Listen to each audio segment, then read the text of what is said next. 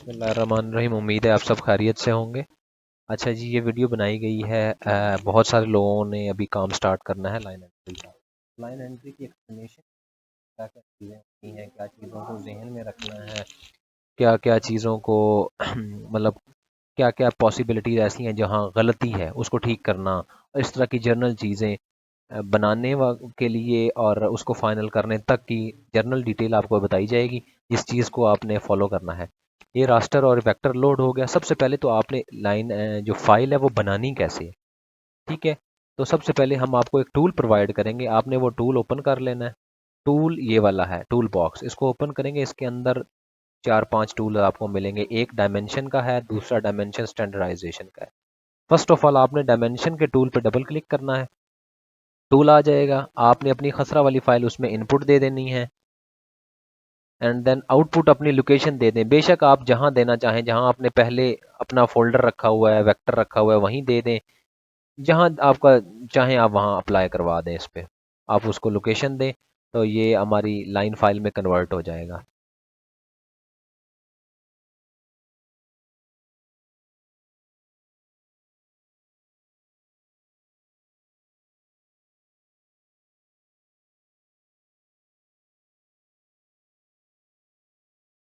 अब हमारे पास line entry में एक फ़ाइल कन्वर्ट हो चुकी है। अभी टूल दूसरा हम इस्तेमाल करेंगे, डायमेंशन स्टैंडर्डाइजेशन का।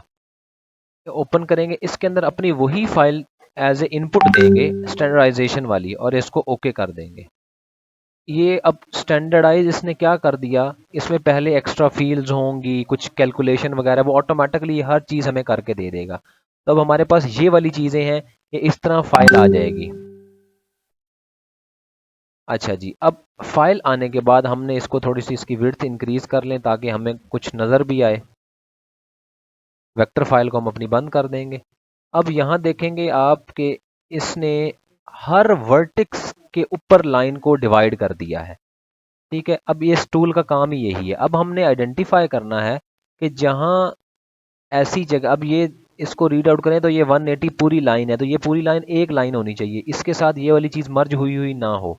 अब ये दो बुर्जियां आप देख रहे हैं, इनके दरम्यान में डायमेंशन गिवन है, तो ये एक अलग होगी। इसी तरह ये अगली लाइन अलग होगी, ये अगली लाइन अलग होगी, ये अलग होगी, सारी अलग अलग फाइल। जैसे अब ये छोटी सी एक लाइन है, इसके साथ उन्होंने डायमेंशन गिवन है, तो ये अलग होनी चाहिए। फॉर एग्जाम्पल अगर कोई मर्ज हुई हुई है दो लाइनें गलती से, बहुत छोटी सी जगह है, तो आपने उनको स्प्लिट वर्टेक्स का टूल ले लेना है। यहाँ पर इस वेक्टर फाइल की एडिटिंग ऑन करेंगे और उसके साथ ये स्प्लिट लाइन होती है, इसको हम कहीं पर भी स्प्लिट कर देंगे तो ये दो अलग अलग हो जाएंगी, अगर ये ऐसा होता है। फिलहाल हमारे केस में ये चीज़ें फिलहाल ठीक है। तो अब कुछ जर्नल चीज़ें हैं जिसको हमने ध्यान में रखना है। अब वो इस तरह है, वो मैंने कुछ बुक मार्क करके रखी हैं, वो मैं आपको बता देता हूँ। उन चीज़ों का आपने ध्यान रखना है। बुक मार्क 1 में आप देखें, समटाइम्स क्या होता है कि जहाँ 3 से 4 लाइनें खसरे की अगर हम जूम करें, जूम आउट करें, तो यहाँ देखें 3 से 4 लाइनें इकट्ठी मिल रही हैं, नज़र आने में इकट्ठी मिल रही हैं, बट जब हम इसको जूम करके देखते हैं तो यहाँ देखें जी, ये अलग है,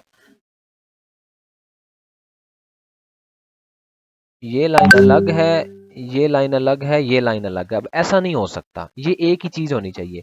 आपने ये चीज़ पॉलीगॉन में भी ठीक कर देनी है। अब यहाँ देखें, ये इस तरह बना हुआ है, अब इसका एक्चुअल वर्टेक्स ये है, तो इस पॉलीगॉन का जो वर्टेक्स है वो आपने ठीक करना है। उसके लिए आप इसको एडिट कर लें एंड देन आप इस वर्टेक्स को इस वर्टेक्स के साथ मिला दें और इस फाइल को क्लिप करा लें। अब ये फाइल आपकी ठीक है। इसी तरह आपने लाइन फाइल में जाके एडिटिंग ऑन करनी है। ये सेव एडिटिंग हो गई। जो ये वाली लाइन है, इसको आपने वर्टेक्स ऑन करके इसका वर्टेक्स आपने करेक्ट कर देना है। इसका वर्टेक्स एक्चुअली यहाँ पे होना चाहिए, और जो ये लाइन है दोनों, इन ये और इससे नीचे वाली, इन दोनों को मर्ज करवाना है।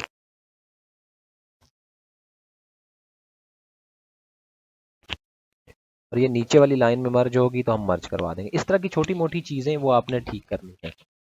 उसके अलावा अब मेन आपका काम शुरू हो जाता है, आपने इसका एट्रीब्यूट टेबल ओपन करना है। ये जो लेबल है, सिंपल लेबल, इसमें ऑलरेडी आपकी एंट्री मतलब बाय डिफ़ॉल्ट जो होती है ना, वो हुई हुई है। अब जो लेबल 1 है, इसको आप सबसे पहले तो ज़ीरो करें। इसमें हमने मैनुअल एंट्री करनी है, सारी एंट्रियां ज़ीरो होंगी। अब इसमें हमने एक एक मैनुअल सिनेरियो इस तरह के हम क्यूरी लगाएंगे, सब जीरो कर ली। अब क्यूरी ये लगेगी कि अब हमारे पास सारी वैल्यू जीरो हैं, तो हम कहते हैं जो जो जीरो से खत्म हो वो गायब होता जाए। मतलब किसी की एंट्री करेंगे तो वो जीरो नहीं रहेगा, तो ऑटोमेटिकली गायब हो जाना चाहिए। तो लेबल 1 इक्वल्स टू जीरो। तो जिसकी एंट्री हम करेंगे, फॉर एग्जाम्पल इसकी मैंने एंट्री की है ना, तो इधर आ जाएंगे। इधर मैंने कर दी एग्जाम्पल के तौर पे 45 या 54, एंटर करूंगा, ये चीज गायब हो जाएगी क्योंकि ये अब जीरो नहीं रही ये चीजें।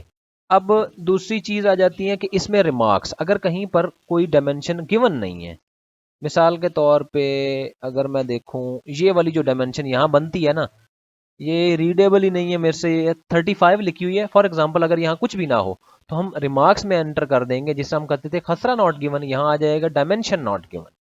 ठीक हो गया। दूसरी चीज, यहाँ पर मिसाल के तौर पे एक ऐसी जगह जहां पर कर्व लाइन है, और यहाँ पर मैं अगर देखता हूँ, अगर मुझे कुछ ऑप्शन अवेलेबल होता है, वो 2 या 3 मर्ज हो के एक लाइन बनती है, तो हम मर्ज करवा कर उनको एक ही लाइन कंसीडर करवाना है। जहाँ डायमेंशन एक ही गिवन होती है, हमें पॉइंट लगाकर उस लाइन को कंप्लीट करना पड़ता है। वहाँ पर हम दो अलग अलग नहीं, जैसा कि 26 है, ये भी 26 पूरी है, ये भी पूरी है, ये भी पूरी है।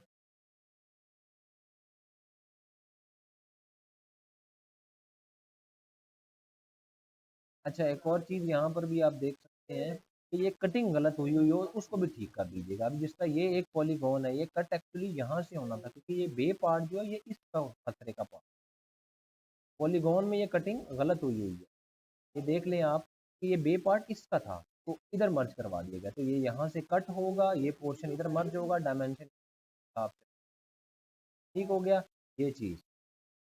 अब मैं डायमेंशन का वो पोर्शन ढूंढ लेता हूँ कहीं पर जहाँ उसमें मर्ज होना होता है, वो मर्ज नहीं हुई हुई होती। यहाँ पर तो दोनों अलग अलग हैं।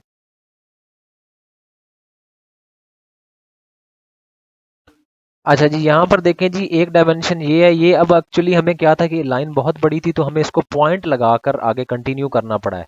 तो अब हम क्या करेंगे, यहाँ पर इन दोनों को सिलेक्ट करके करेंगे मर्ज, और इसकी एक ही एंट्री होगी एट्रीब्यूट टेबल के अंदर, कितनी, लेवल 1 में 230। ये इस तरह करके जो मर्जिंग बनती है वो हमने मर्ज करके एक एक एंट्री करनी है। अब जिसकी एंट्री होती जाएगी वो गायब होता जाएगा, तो हमें अंडरस्टैंडिंग हो जाएगी कि ये इश्यूज हैं। इस तरह की चीज़ों को हमने ठीक करना है। अच्छा, फॉर फाइनल चीज़ इसमें ये है कि इस डाटा को आपने मुझे भेजना कैसे है। भेजना इस तरह है कि एक फोल्डर होगा, उसके अंदर खसरे की फाइल, वेक्टर के अंदर ना आपने खसरे की फाइल और डायमेंशन की फाइल रखनी है। वेक्टर का नाम वेक्टर एक फोल्डर में होगा, या उसके ऊपर ही मतलब ना, एक फोल्डर बनाएं, उसके अंदर रास्टर रखें, वेक्टर रखें, रास्टर के अंदर रास्टर हो जाए, वेक्टर के अंदर वेक्टर, और बाहर जो फोल्डर का नाम होना चाहिए वो मौजे का नेम होना चाहिए। ठीक है, ये नहीं है कि न्यू डीडीबी फलां ढमका, इस तरह की कोई चीज़ नहीं एक्सेप्ट हो। ठीक है, तो ये चीज़ आप इस चीज़ को मेक श्योर कीजिएगा। रास्टर बेशक ना भेजें, वेक्टर जो है वो एक फोल्डर में हो और उस फोल्डर के ऊपर मौजे का नाम विद आईडी लिखा हो। ठीक हो गया, थैंक यू हो गया। और अगर कटिंग में आपको कहीं नजर आए अलिफ बे जीम दाल कहीं पर ऐसा